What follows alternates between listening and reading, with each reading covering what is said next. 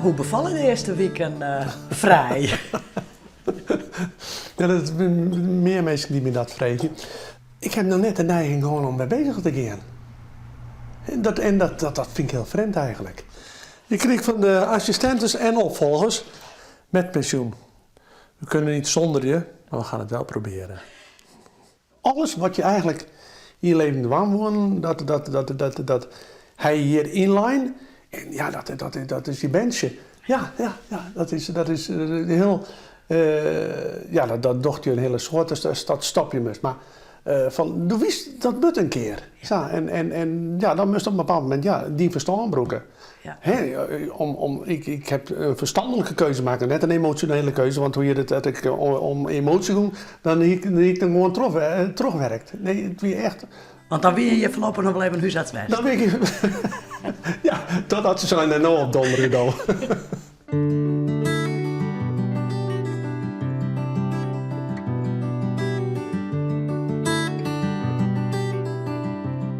Hoe wil je aanskiën? Fantastisch. Ja, nee, dat weer ongelooflijk warm. Rijen, mensen, sommigen die hebben wel uren tot oorloren in de rij staan.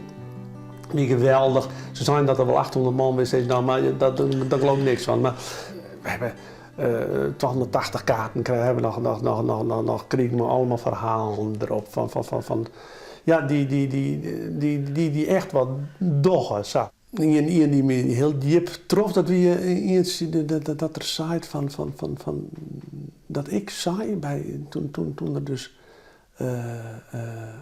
ernstig ziek weer, dat ik zei van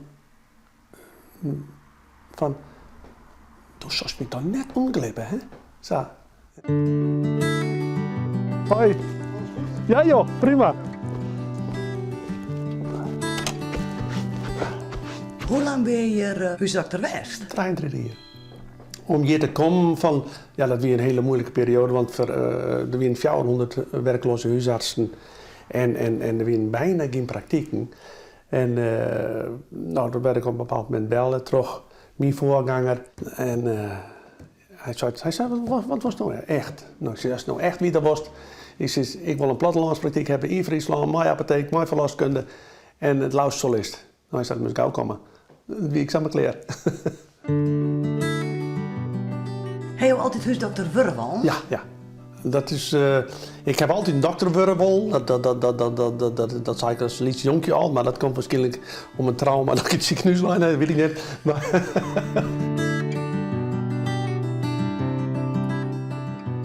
en heb je ooit, je bent boerenzoon, ooit overwogen om boer te worden? ja, echt overwogen. Het kwam, ik kon goed leren. En dan komt een groot gezin bij en dus hij zei ik anders, dat moest net boer worden. Maar dat moest net wel. En toen ik studeerde, toen dan vakantie, dan kon ik met de melken verboeren in de omgeving. Zo, dus ja, nee, het is wel altijd dichtbij blauw. En deze foto, hoe oud is die? Ik denk dat hij nou... Ja, ik denk dat een 80 jaar oud. Ja. En wie doe ik al een dokterspraktijk? Altijd een doktershuis wist, ja. Doet jou hier, maar je vrouw 23 jaar in Kaam. Hoe laat je het je doen hinnen? Dat vind ik keihard werken, ja. Vooral maar die verloskunde erbij, ja. In die tijd wie 70% van de bevalling wie thuis en bovendien we volgens meer bij geboren. Die is het grotere gezin en ja, ik ben wel eens aan het rekken niet wist, maar ik denk dat in totaal zo'n 600 ben ter wereld gebracht hebben.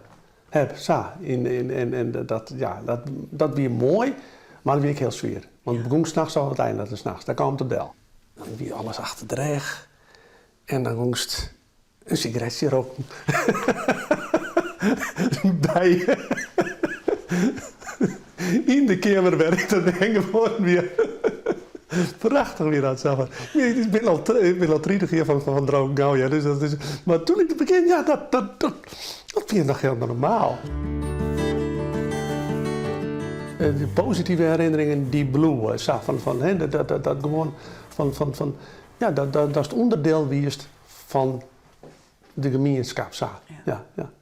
Ja. En dat is het mooie. En dan ben er een hele soort mooie ervaringen. Maar ik ben pas fluitje bij een sterkenval kwam.